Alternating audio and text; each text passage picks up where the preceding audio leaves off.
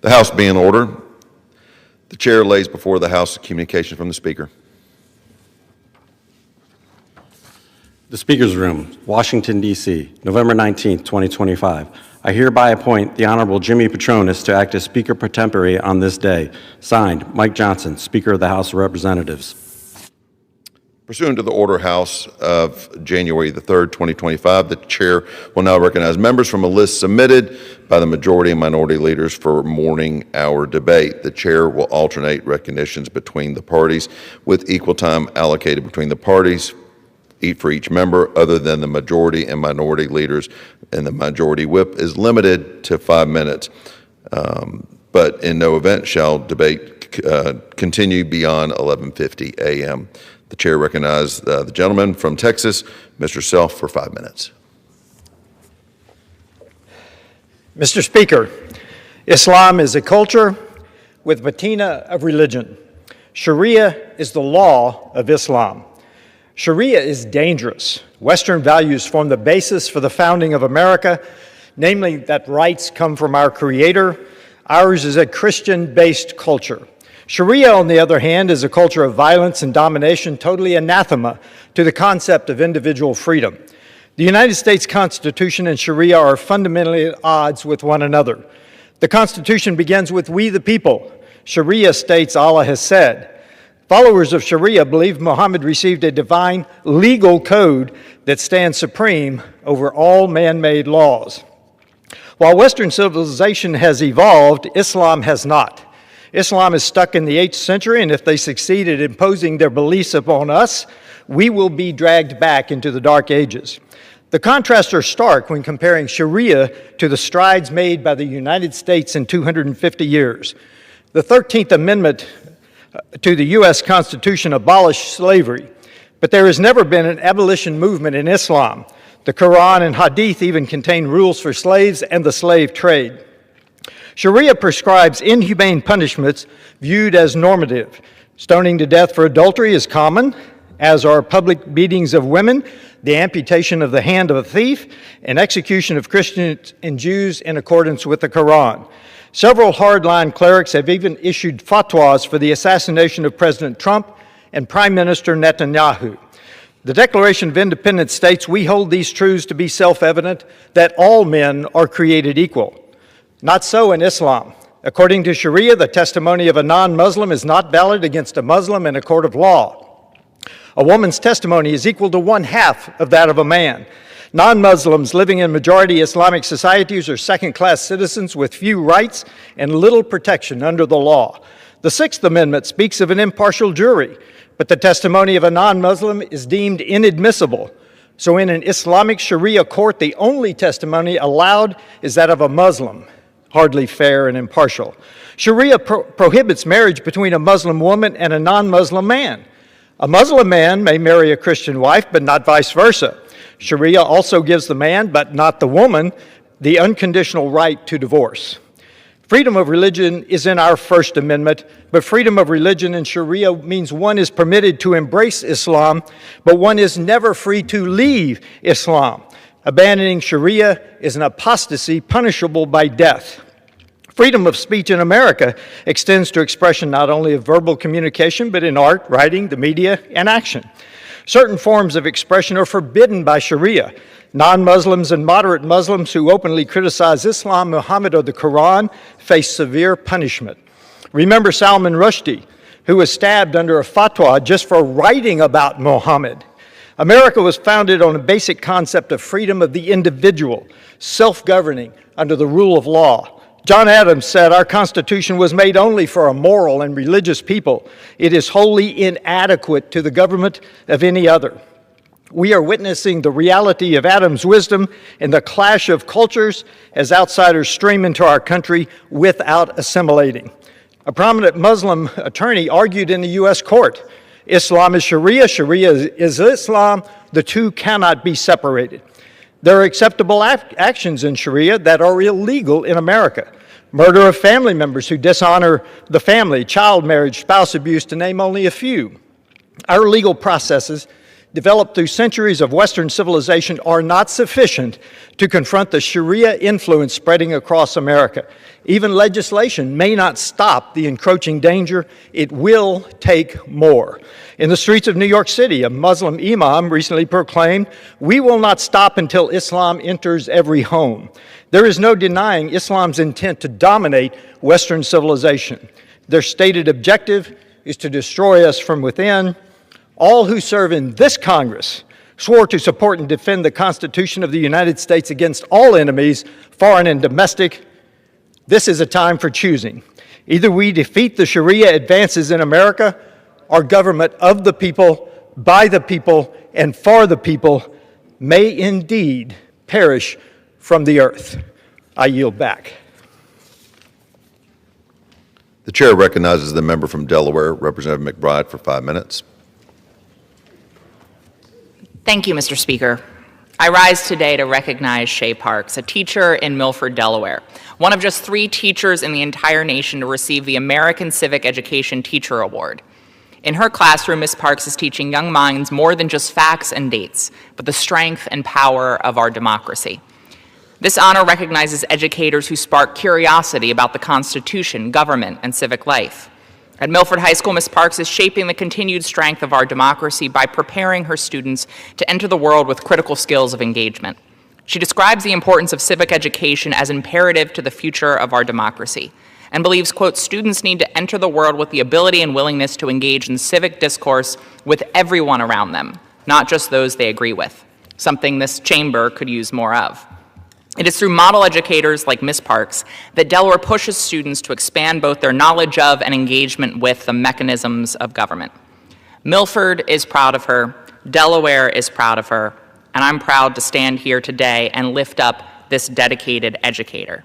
Like Ms. Parks, I urge my colleagues to support civic education wherever it's happening, because our democracy depends on it. Mr. Speaker, I rise today to recognize one of Kent and Sussex County's most committed neighbors, Frank Fresh Coverdale. Fresh has been described as the ultimate ambassador for the Food Bank of Delaware, where he spent 22 years delivering food to working families throughout Delaware. A native of Harrington, Fresh has been giving back to his community for his whole life and is a friendly face to all that he meets, a trait that has earned him an endearing reputation among his neighbors. For over 2 decades, he's been out on Delaware's back roads delivering more than meals. He's delivering dignity. And in a state where 1 in 8 of our neighbors faces food insecurity, that matters. Fresh sees the need up close and responds the only way he knows how, with heart, with humor, and a can-do spirit. Other than feeding his neighbors and connecting with those he serves, Fresh is famously a Philadelphia Eagles fanatic. Pulling up in his truck, people come out of their homes when they hear him because they trust him, and they look forward to the playful banter he brings along. They know he knows their names, their stories, and their teams. They know he'll make sure they leave with enough food for the week and maybe a little extra. Fresh is the longest-serving employee at the Food Bank of Delaware. He's a model for compassion, the kind that strengthens communities, especially when families are stretched thin. Today and every day, Delaware is better because of Frank Coverdale. Congratulations on your years of service, and of course, go Birds. Mr. Speaker, I rise to celebrate Delaware Reading Assist, which last month was recognized on the world stage, selected as one of just 15 organizations worldwide honored by the Library of Congress for successful practices in literacy. A remarkable achievement for Delaware, Reading Assist is a nonprofit built on a simple but powerful belief. Every child deserves the chance to read.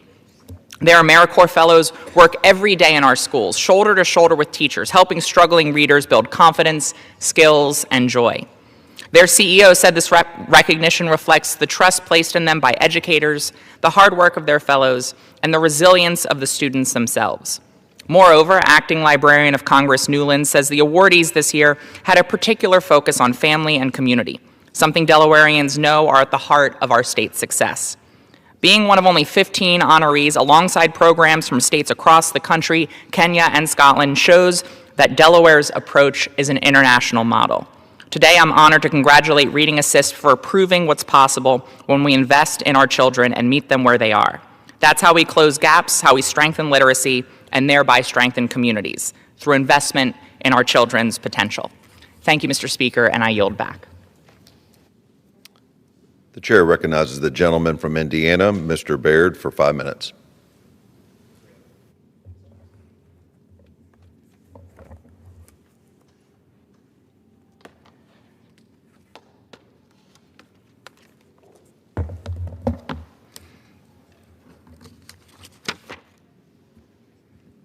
Thank you, Mr. Speaker. You know, I rise to honor Jack Billman, an invaluable member of the Greencastle community. Jack has been married to his wife, Joan, for over 50 years, and they have 3 children and 3 grandchildren. Jack and Joan Billman founded the Greencastle Defenders of Liberty in 2009, which brought in many Hoosiers and connected the people of Putnam County with their elected officials at the state and local levels to discuss current issues and solutions. Jack believes that an informed and active citizenry is very necessary to keep America free and productive. Prior to his extensive community involvement, Jack Billman was an Army veteran. Enlisted in the U.S. Army straight out of high school, he also had a career as a commercial pilot. I am immensely grateful to Jack for his service to our country and the United States Army, as well as his service to and involvement with the community of Putnam County. Mr. Speaker, I rise today to honor Norman Boyles, Sr., who recently passed away at the age of 87. He led a life that emphasizes his love for farming and his outstanding service to his community. Norman Boyles has a graduate of Martinsville High School in Indiana and served in the Indiana National Guard for 6 years. Norman Boyles also held many roles in local government, further underscoring his commitment to serving his country. He served as a Morgan County Commissioner, and he later took on the roles of Morgan County Soil and Water Conservation District, the Morgan County Farm Bureau Co-op, and as a president of the Morgan County Farm Bureau. Most importantly, Norman was a loving husband and father to 3 sons. I am praying for the comfort of his family during this difficult time. May Norman rest in peace.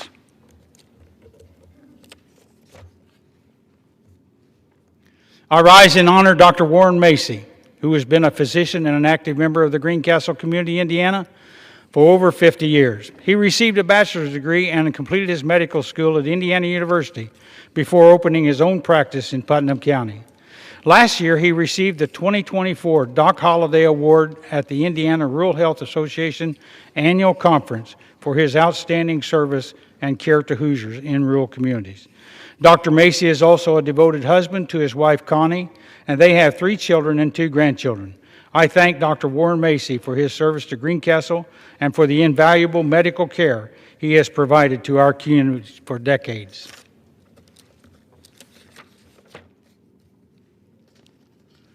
I rise to congratulate Yuri Kubo, a graduate of Purdue University and a native Hoosier, who was one of the just 10 candidates chosen as NASA's latest astronaut class.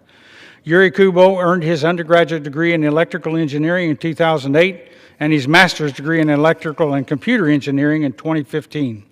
These 10 outstanding astronauts were selected from a group of approximately 8,000 other candidates. Yuri Kubo and the other 9 individuals face 2 years of training before they are eligible for future planned missions to the International Space Station and the Moon.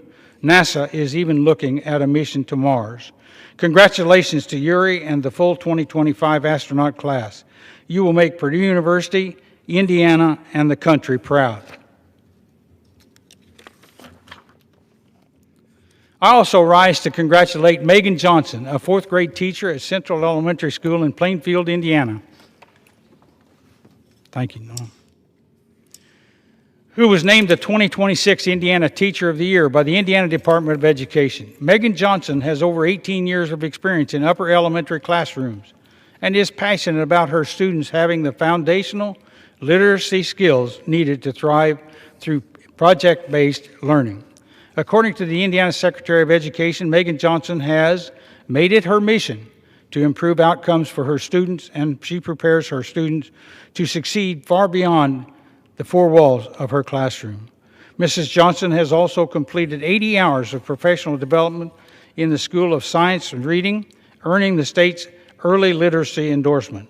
I congratulate Megan Johnson on this wonderful achievement, and I thank her for all she does to educate and empower the children in Plainfield. I yield back. The chair recognizes the gentleman from California, Mr. Correa, for 5 minutes.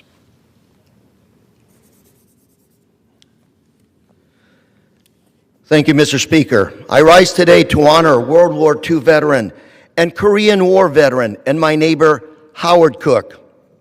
And this year, Howard turned 100 years old. Happy birthday, Howard.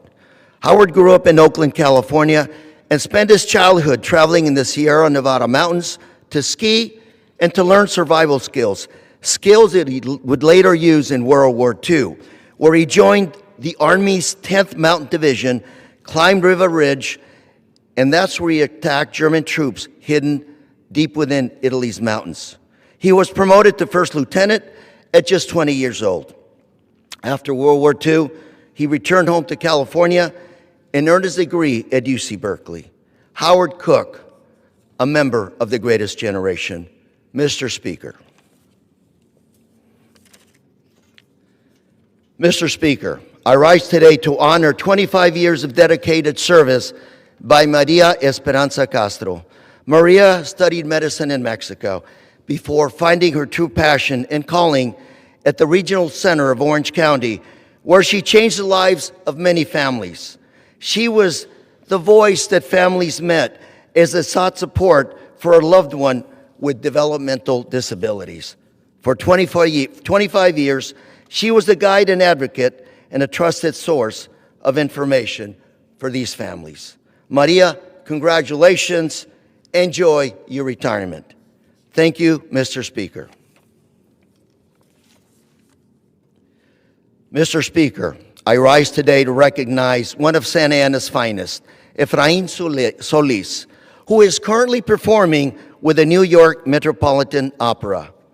The son of Mexican immigrants, Efrain grew up learning to sing at Saddleback High School. He attended Chapman University and was the first in his family to obtain a college degree.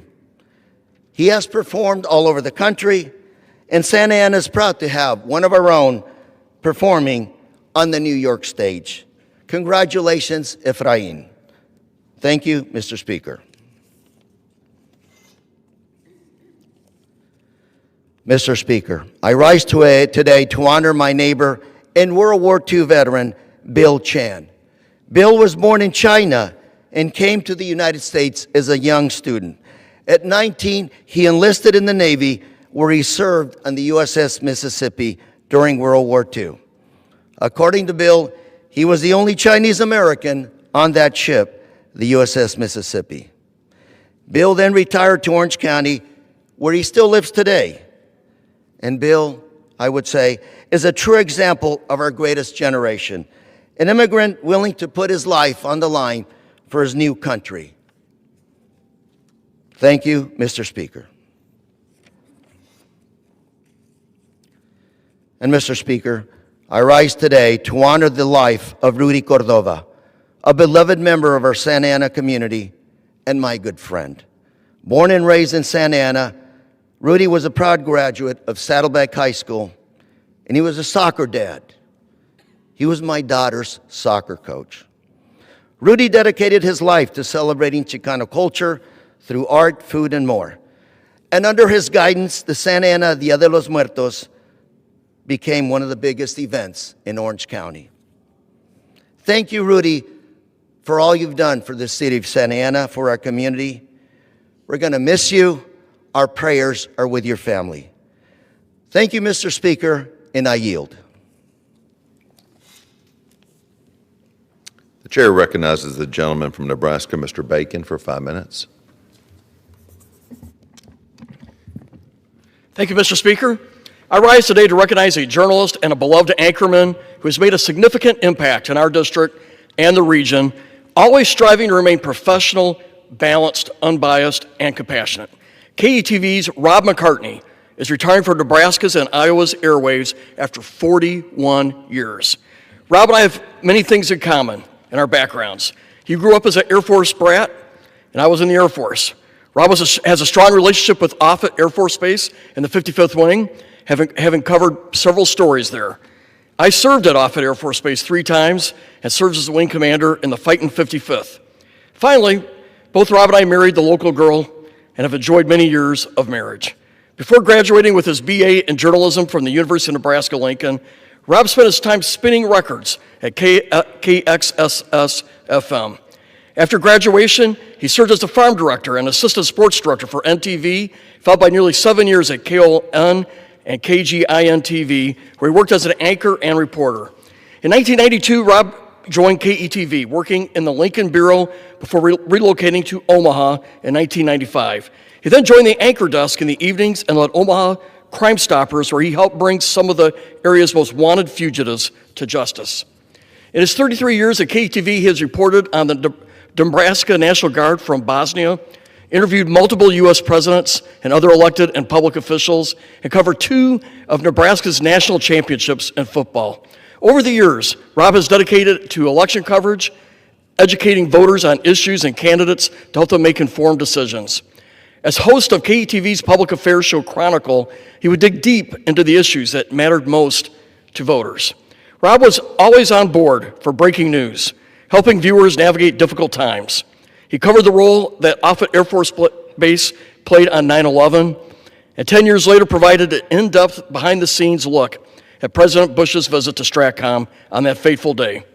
In December 2007, Rob would once again provide a stable presence to the community when a lone gunman shot and killed 8 people and injured 5 others at Von Mauer. From the first day during the afternoon straight through until 5 a.m. the next morning, and for several days to follow, Rob helped guide the community through that tragedy.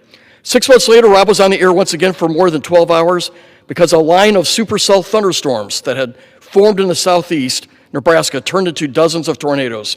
One of those turned deadly, hitting a Boy Scout camp near Little Sioux, Iowa. 4 boys were killed and 48 people were injured.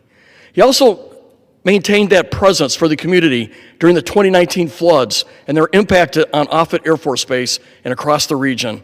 One of his most memorable award-winning stories was Omaha police officer Keith Thompson's years-long effort to walk again after being paralyzed on the job. Rob has been recognized for his community work and professional achievements, being one of the only actively working journalists to be inducted into the Omaha Press Club Hall of Fame. But his most significant award was being named a wingman in 2023 by the 55th Wing at Offutt Air Force Base in recognition for his passion for sharing Offutt's story.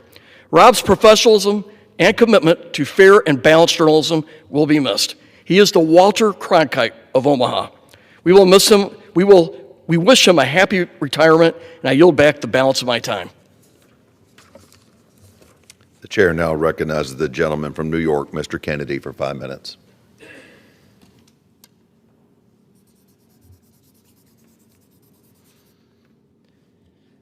Mr. Speaker, I rise today with a heavy heart to honor the life and legacy of my dear friend, Jack Fishio, who passed away on November 2nd at the age of 79. He was a man whose faith, generosity, and deep love for our community and his Irish heritage left an indelible mark on Buffalo and beyond. Jack was more than a friend. He was family to so many of us in Buffalo's Irish community. He embodied the best of what it means to be Irish, not just in ancestry, but in spirit. He was warm, humble, and fiercely devoted to our community. He carried himself with the quiet strength and wry humor that's as much a part of Ireland's heart as it's its green hills and rocky coasts. Buffalo's Irish community has always been built on the simple but powerful values of faith, family, and service, and no one lived those values more fully than Jack. Whether he was greeting friends at the Buffalo Irish Center or lending a hand to those in need, Jack showed up with open arms and a full heart. For decades, Jack dedicated himself to the Irish Center in the heart of South Buffalo. He believed deeply in the center's importance to the Irish and Irish Americans who call Western New York home.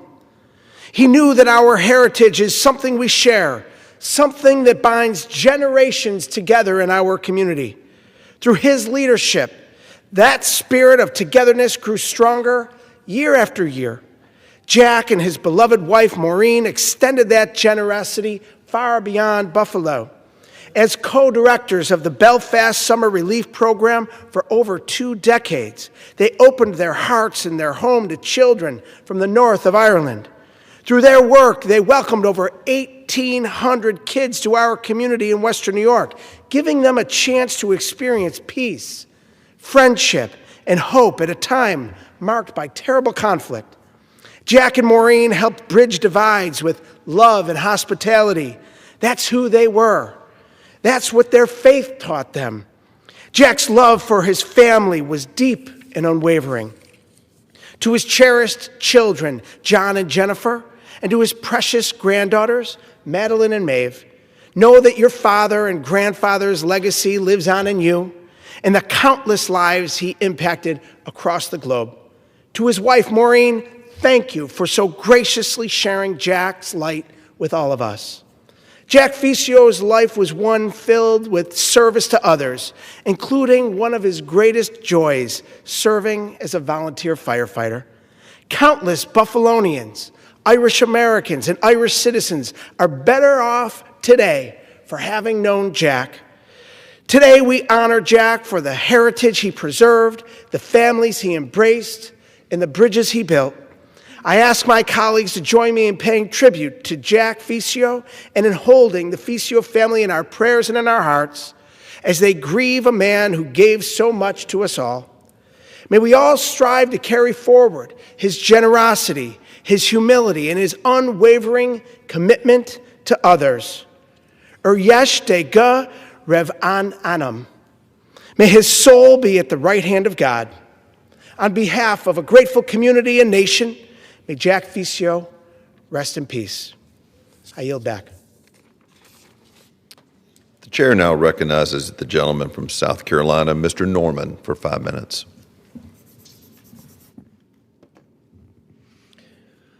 Thank you, Mr. Speaker. I rise today in recognition of an outstanding South Carolina family and small businessman whose story reflects the true American values of hard work, service, and community. George and Joanna Categaries, along with their children, Mina and Mike, are the longtime owners of the Wagon Wheel Restaurant in Fort Lawn, South Carolina. For nearly 5 decades, the Wagon Wheel has been a cornerstone of the community and a gathering place for generations of families all across Chester County. George and Joanna came to the United States from Greece in the 1970s in search of an opportunity and a better life for their family. They arrived in America with no connections, no government handouts, no safety net to rely on, and worked their way forward step by step. With them, they brought a deep respect for the values of faith, family, and hard work. When the Categaris family took ownership of the Wagon Wheel in 1978, the road ahead was challenging. Their restaurant was located in a location with dirt roads and one paved road. With dedication and a clear commitment to quality, they built the restaurant into a beloved local institution. Known for its traditional Southern cooking and welcoming atmosphere, the Wagon Wheel quickly became a place where neighbors, friends, and families gathered year after year. Over time, Southern dishes like fried squash, fresh seasonal vegetables, and homemade dinner rolls became favorites on the menu. But it is the welcoming atmosphere and care in every detail that kept people coming back. The Categaris family has created an environment defined by quality, by consistency, and by genuine hospitality. The connection between the restaurant and its community has always been strong. Over the years, customers have shown their appreciation in countless ways, just as the owners have consistently given back through service and care. This mutual respect reflects the close relationships that they have grown over generations and made the restaurant a cornerstone in this area. Today, the Wagon Wheel continues to thrive under their daughter, Mina, and her husband, Bill Nixon, who carry on the same traditions and standards that have guided the restaurant for nearly 50 years. Their son, Mike, also remains actively involved, especially during the busiest times of the year. Together with their dedicated staff, they have upheld a strong reputation that continues to define the Wagon Wheel Restaurant. The story of the Wagon Wheel Restaurant is a testament of their hard work, their integrity, and their devotion to the community. It reminds us that real lasting success is about the people that you treat well along the way. On behalf of the family of South Carolina, I want to thank George and Joanna and their family for their many years of service in Fort Lawn and Chester County. I pray their work continues to inspire people to lead by their strong values. They epitomize the American spirit of faith, family, and freedom. With that, Mr. Speaker, I yield back. The chair recognizes the gentlewoman from Oregon, Mrs. Bonici, for 5 minutes.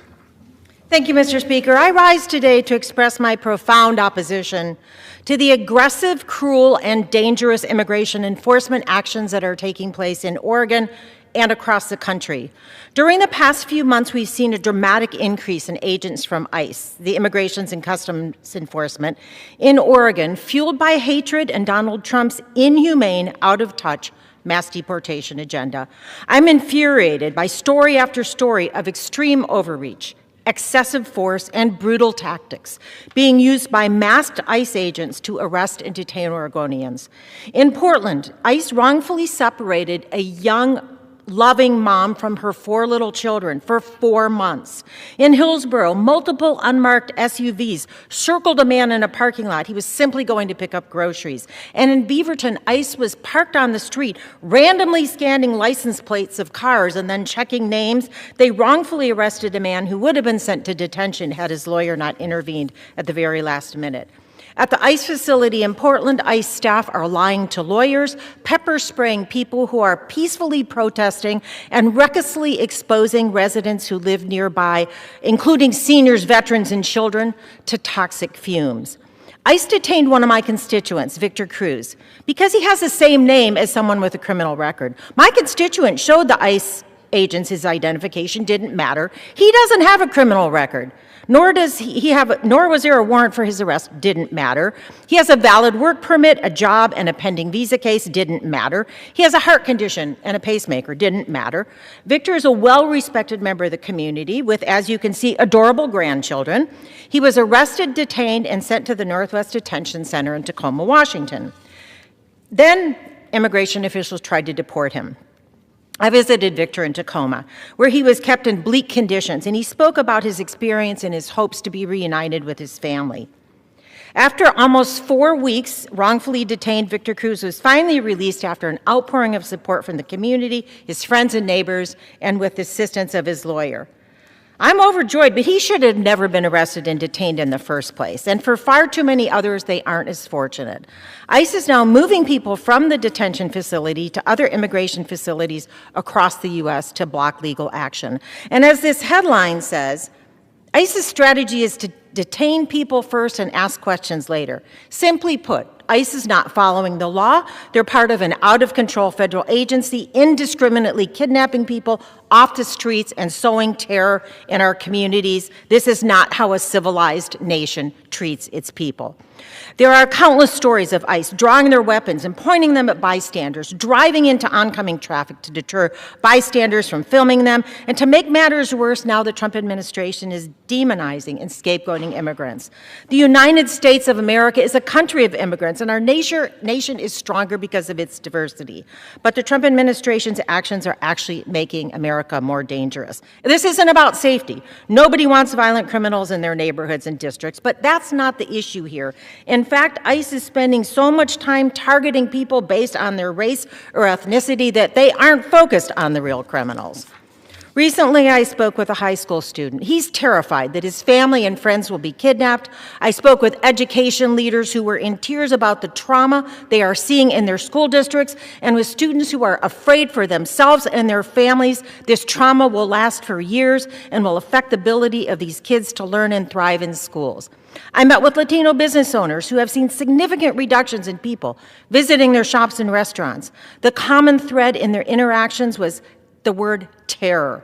Earlier this week, students were here, high school students, advocating for humane immigration policies, and they spoke about how the Trump administration is dehumanizing immigrants and making it more difficult for people to call America home. High schoolers know this is wrong. You and I know this is wrong. I urge my colleagues to show some empathy and understanding, show some respect for civil and human rights, work with us on humane immigration reform. We cannot allow these abuses of power and lawless actions to continue. We must all speak out. Let's work together to put an end to this ugly chapter in our country's history. And I yield back.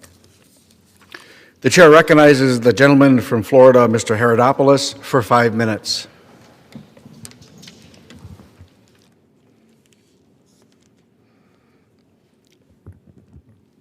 Mr. Speaker, I rise today to honor the life and legacy of Admiral Wayne Justice, a dear friend and proud American. Admiral Justice lived a life dedicated to public service to not only our nation, but to our community.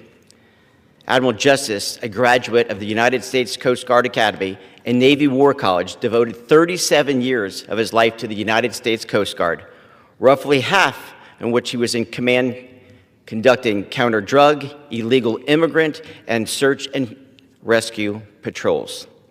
Among his many service highlights, he spent 3 years as a military aide to Presidents Bush and Clinton, tasked with the potential execution of our nuclear codes. After retiring from the Coast Guard, Admiral Justice continued his commitment to excellence right here at home. As Port Canaveral Commissioner, he championed economic development, maritime safety, and the continued growth of Florida's greatest economic engines. His leadership helped shape the future of our region, and his impact will be felt for generations to come. But Wayne Justice was far more than a leader. He was a loving husband and father, and a friend would like to have. Florida is better because of Admiral Justice, because he lived here. Our Coast Guard is stronger because he served, and our community is more united because of the values he embodied. May we carry forward his legacy of service, integrity, and boundless dedication to our nation. And may his family find comfort in knowing that their father, as a husband, as a leader, his kindness will never be forgotten. With that, Mr. Speaker, I yield back.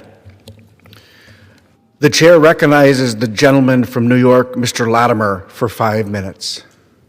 Thank you, Mr. Speaker.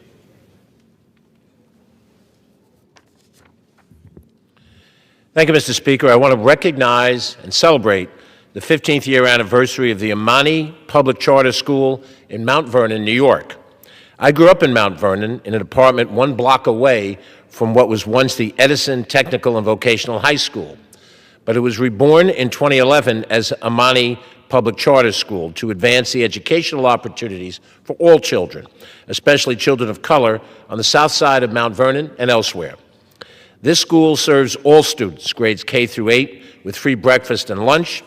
They place a strong emphasis on core subjects, notably English and math, foreign languages, enrichment classes, ELL, and special ed services, music, arts, after school, and athletics. Amani honored 4 outstanding individuals at their recent gala: John Howard, Stephanie McCain, Charles Stern, and Janiyah White. The executive director, Deborah Stern, who was founder of the Friends of the Mount Vernon Public Library and president of the Mount Vernon PTA Council, leads the school as executive director with exceptional experience and vigor. Jennifer Schiavarelli is school principal, leading a talented team of professionals. We salute Amani Charter Public School on its 15th anniversary. May there be many more years to come. Thank you, Mr. Speaker. Mr. Speaker, I rise today to salute the life of Mayo Peter Bartlett, who passed away in September at the age of 86. Mr. Bartlett was born in 1939 in Rye, attended North Carolina Central University, and graduated with a degree in accounting and membership during college of the Alpha Kappa chapter of the Kappa Alpha Psi fraternity. Mr. Bartlett turned his degree into a career as a Treasury agent and as an auditor for the IRS. Mayo Peter Bartlett was an outstanding basketball player who played in Europe and loved coaching young people in basketball. He was a jazz enthusiast with an extensive collection of LPs. He has been a good friend to many. For over 50 years, he and his wife, Ernestine Tina Connor, were parents of 3 children and 5 grandchildren. Mr. Bartlett has left us for his eternal reward, but he has left behind a legacy of love, faith, and warmth for the people of his community. We will miss him forever. Thank you, Mr. Speaker, and I yield back. The chair recognizes the gentleman from California, Mr. Cisneros, for 5 minutes. Thank you, Mr. Speaker. Mr. Speaker, I rise today to acknowledge and uplift Small Business Saturday this year. Every year, our country celebrates Small Business Saturday, the weekend after Thanksgiving. This year, that will be November 29th, and I encourage my constituents in California's 31st District and all Americans to participate by shopping small business and supporting our local businesses. Coming from California's 31st District, I am proud to represent a thriving and diverse community of small businesses in the San Gabriel Valley. From cafes and restaurants to bookstores, toy shops, party supply stores, and many more. Our district is fortunate to have an abundance of locally owned small businesses bringing life and community to our cities. So as we approach Small Business Saturday and the holiday season, I encourage everyone to shop small and take some time to support your local businesses. By doing so, you are supporting your neighbors, growing your local economy, and making your community stronger.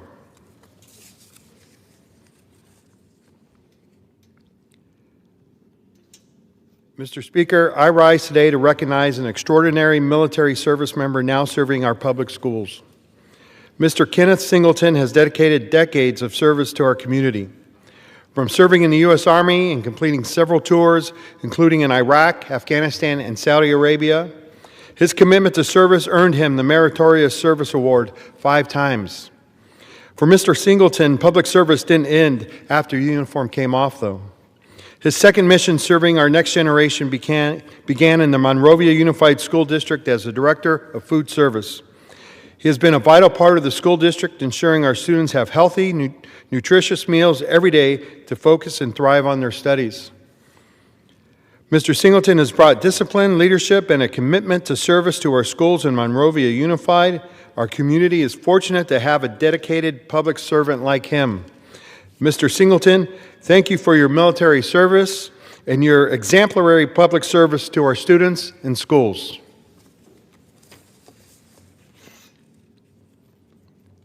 Mr. Speaker, I rise today to recognize an outstanding community member, veteran and leader in California's 31st District in the city of San Dimas.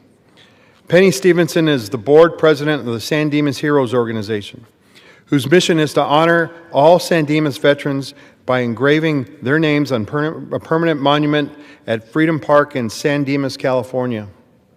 As a Marine veteran herself and with a family of veterans, Penny has shown an incredible commitment, sacrifice, and leadership serving as president to this organization dedicated to honoring our veterans and service members.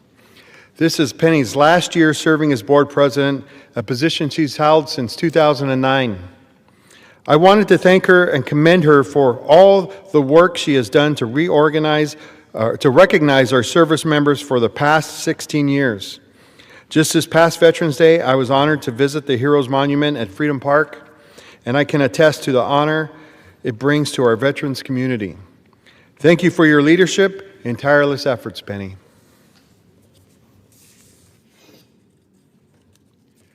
Mr. Speaker, I rise today to recognize the exciting achievement of 2 dedicated educators in California's 31st District. Mr. Rene Ramo and Dr. Heather Povinelli were both named 2026 California Teachers of the Year. Mr. Romero is an 11th and 12th grade International Baccalaureate Language and Literature teacher at South Hills High School in the Covina Valley Unified School District. He has been teaching for 21 years and has developed an outstanding reputation for his creativity, compassion, and dedication to his students. His inclusive and supportive classroom has exemplified good teaching, and he has well earned the title of Teacher of the Year. Dr. Heather Povinelli is a second grade teacher at Brad Oaks Elementary Science Academy in the Monrovia Unified School District. For 25 years, she has dedicated her career to teaching in elementary classrooms. Living with dwarfism, Dr. Pavanelli uses her own lived experience as an opportunity to empower students and teach about disabilities, inclusion, and equity. Not only is she an incredible teacher, but she is an inspiration and trailblazer for students of all backgrounds. Mr. Romero and Dr. Pavanelli, thank you both for your commitment to teaching our future generations, and congratulations on this immense achievement. I yield back. The chair recognizes the gentleman from Massachusetts, Mr. Keating, for 5 minutes.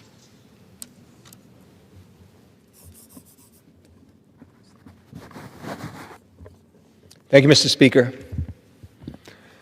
The House and now our Senate have finally acted to release the files and all the information regarding the criminal activities of Jeffrey Epstein and all who enabled, all who knew and did nothing, and all who participated in some of the worst sexual abuse and trafficking crimes our country has experienced. This will expose the rich, the powerful, and the self-entitled who were involved in these crimes and who did it for the worst possible reason, because they thought they could.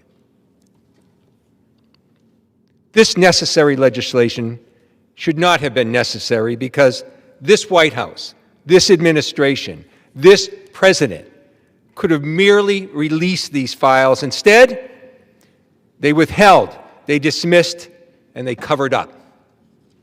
They even had their Justice Department's two highest officials try and coerce a House member to take their name off the discharge petition that finally triggered the approval of this legislation. And it was only because of the actions of courageous survivors coming forward, coming to the Capitol, speaking truth to power, that we're able to advance this legislation. As a Massachusetts district attorney, I oversaw specialized sexual assault police units, specialized sexual assault prosecutors, specialized sexual assault victim witness assistance units, and I founded a child advocacy center to treat and reduce trauma for child victims of sexual assault. And I know from this one thing. The survivors want one thing, and one thing only: that no child, no young girl will ever have to go through the trauma that they went through. A trauma so great that one survivor took her own life. And now a warning to this White House, this administration, and this president. Never again say these crimes did not occur. Never call them a hoax. And don't attempt to abuse and pervert what this legislation does by invoking a sham active investigation as a disingenuous excuse to withhold a complete release of the Epstein files. Don't do this, because the brave survivors will not stand for it. And they will not stand alone.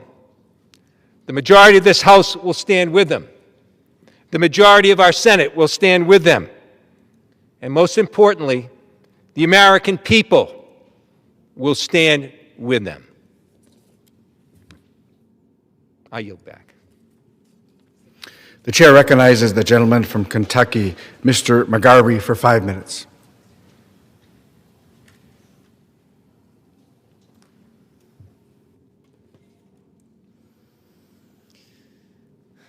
Thank you, Mr. Speaker. On November 4th, Louisville was rocked when a UPS cargo plane taking off from Louisville's Muhammad Ali International Airport bound for Honolulu, Hawaii, crashed shortly after takeoff. 38,000 gallons of jet fuel erupted. A normal Tuesday sunset all of a sudden turned Louisville skies into apocalypse. Jet black smoke swirled overhead as fear enveloped our entire city. People were sheltered in place everywhere, Debris and ash was falling for miles. And there was an anxiety as families and loved ones were waiting for the worst news. As the smoke cleared, we found out that we lost 14 of our neighbors. Today, I want to honor those victims of the UPS plane crash. Their names, including the crew on the plane: Captain Dana Diamond, Captain Richard Wartenberg, and First Officer Lee Truitt. We also lost 11 people on the ground that day: Angela Anderson, Carlos Fernandez, Luinez Lou Fedden, and his 3-year-old granddaughter, Kimberly Asa, who was with him at the time.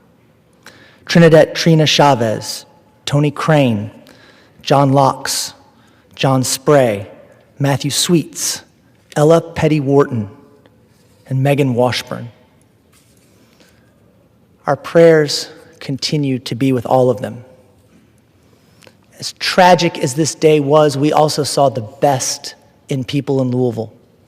And our first responders did not shy away from this. You can train for it, but you can't ever be ready for a scenario like this.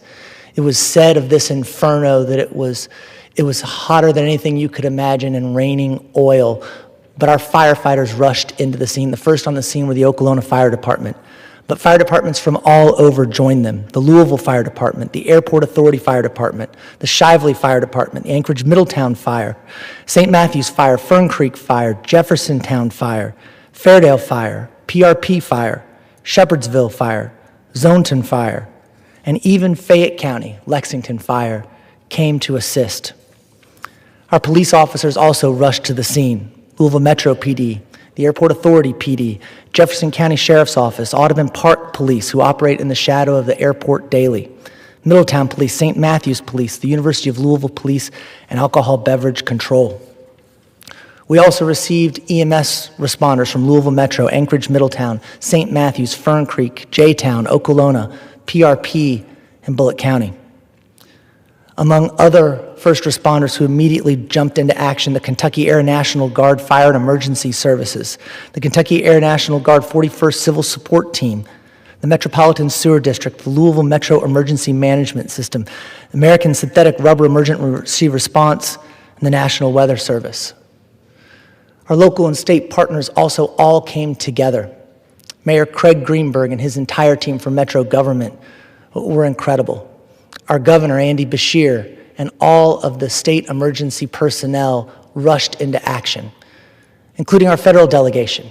Everyone, doesn't matter, Democrat or Republican, where you're from, everyone came together. Because this is what we do in Louisville, and this is what we do in Kentucky. We come together. We help people. We help our neighbors when we see they are in need.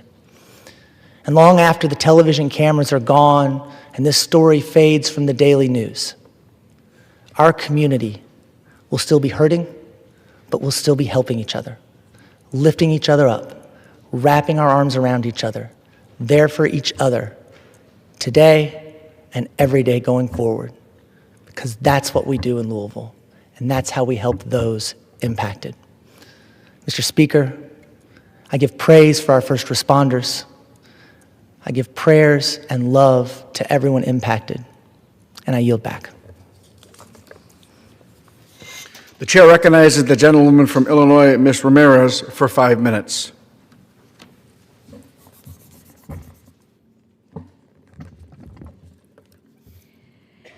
Thank you, Mr. Speaker.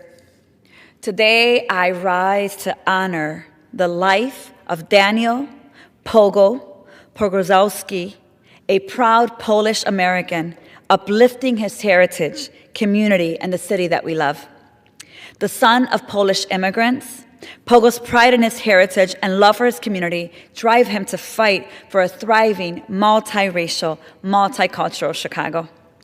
Thanks to his advocacy and his partnership, in Illinois, we recognize the Milwaukee Avenue as a Polish heritage corridor to celebrate Polish culture, support a vibrant economic center, and keep communities together. Across various roles, Pogo has demonstrated his commitment to seeing his community rise, including as executive director of Avondale's Chamber of Commerce, where he developed initiatives to attract visitors to the community and help generate revenue for local small businesses. Or as connecting Polish neighbors who speak English as a second language to resources that help them thrive. Pogo is the embodiment of public service and this commitment to diversity and unity. So on behalf of Illinois' 3rd Congressional District, it is my honor to commend Daniel, or better known as Pogo, Pogozalski, for his dedicated public service and advocacy, which reminds us that heritage is both a legacy and a force of change. Congratulations, Pogo. And Mr. Speaker, I rise today to honor Carolina Carchi, an inspirational Latina who has gone above and beyond to help her compañeros de escuela succeed. Raised in West Humboldt Park by immigrant parents from Mexico and Ecuador, Carolina first demonstrated her exceptional courage and perseverance as she was battling leukemia as a child. As a teen, Carolina once again demonstrated her leadership when her high school faced severe staffing shortages. Due to those shortages, Carolina stepped up to provide peer-to-peer education in algebra and chemistry. She designed lessons plans during free periods, printed materials at a local FedEx, and even used her own money to buy school supplies for her classmates. In her senior year, Carolina served as the Chicago Board of Education's honorary student board member, advocating for more than 300,000 students across the district. Carolina is now studying at Northwestern Illinois University, where she is pursuing a degree in teaching, something that she has some experience in already. So on behalf of Illinois' 3rd Congressional District, it is my honor to commend Carolina Carchi for her perseverance and dedication to quality, culturally competent education that helps our Latino community break the glass ceilings. Gracias and congratulations, Carolina. And Mr. Speaker, I rise today to honor the legacy of Paul Levy, a Chicagoan who cultivated unique spaces for artists and entrepreneurs to strengthen partnerships, build community, and thrive. Paul possessed the ability to see beauty and potential in overlooked, abandoned spaces and buildings. Paul uses skills, resources, and vision to rehabilitate and revive 2 notable industrial buildings in Chicago: the Bridgeport Arts Center on the south side of Chicago and Rockwell on the River in Illinois' 3rd Congressional District. Each stands as a notable achievement, transforming industrial space into thriving, multidisciplinary hubs for artists and entrepreneurs working across boundaries and disciplines. Rockwell on the River in Illinois' 3rd Congressional District transformed what was once a century-old vacant tannery into a space to gather, to eat, and to celebrate. Each building is an ecosystem of art and a bridge between Chicago's industrial history and its creative future. So on behalf of Illinois' 3rd Congressional District, it is my privilege to submit this commendation into the record to honor the creative legacy of Paul Levy. Thank you, Paul, and may you rest in peace and power. And with that, Mr. Speaker, I yield back. The chair recognizes the gentlewoman from Nevada, Mrs. Titus, for 5 minutes.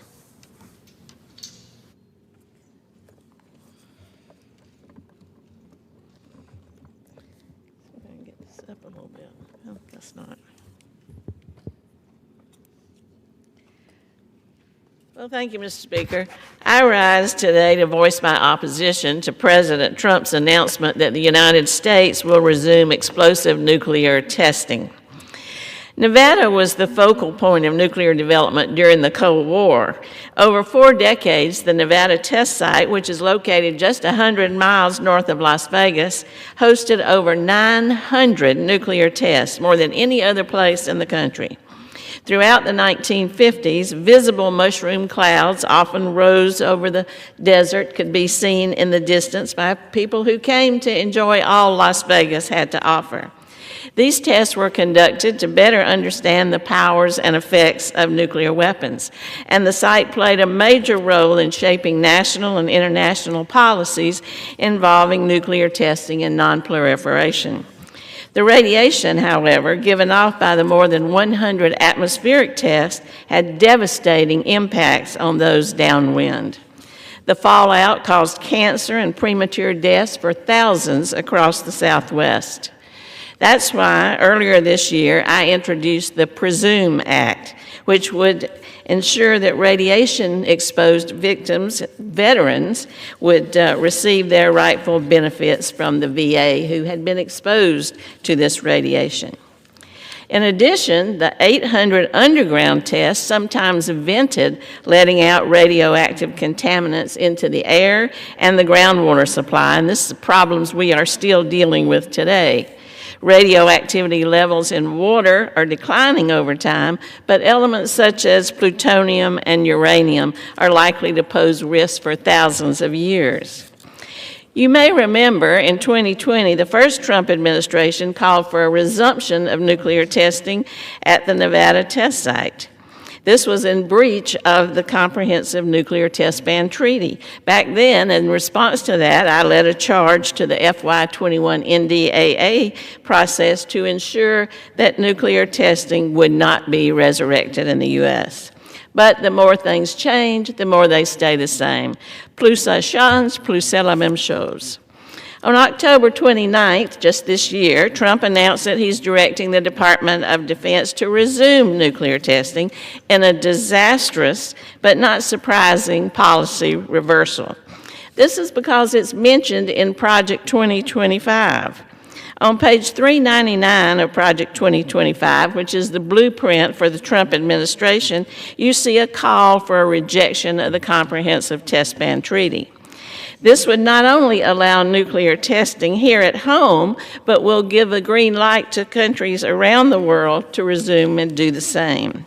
The result would put us on a collision course of catastrophic proportions with Russia and China.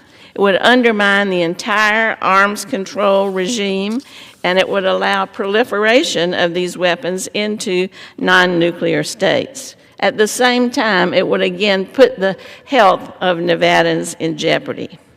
In fact, we have already seen that Putin has directed his forces to prepare to resume nuclear testing, and just this week, the Washington Post reported that China is rapidly expanding and modernizing its infrastructure at the nuclear testing site in Xinjiang province.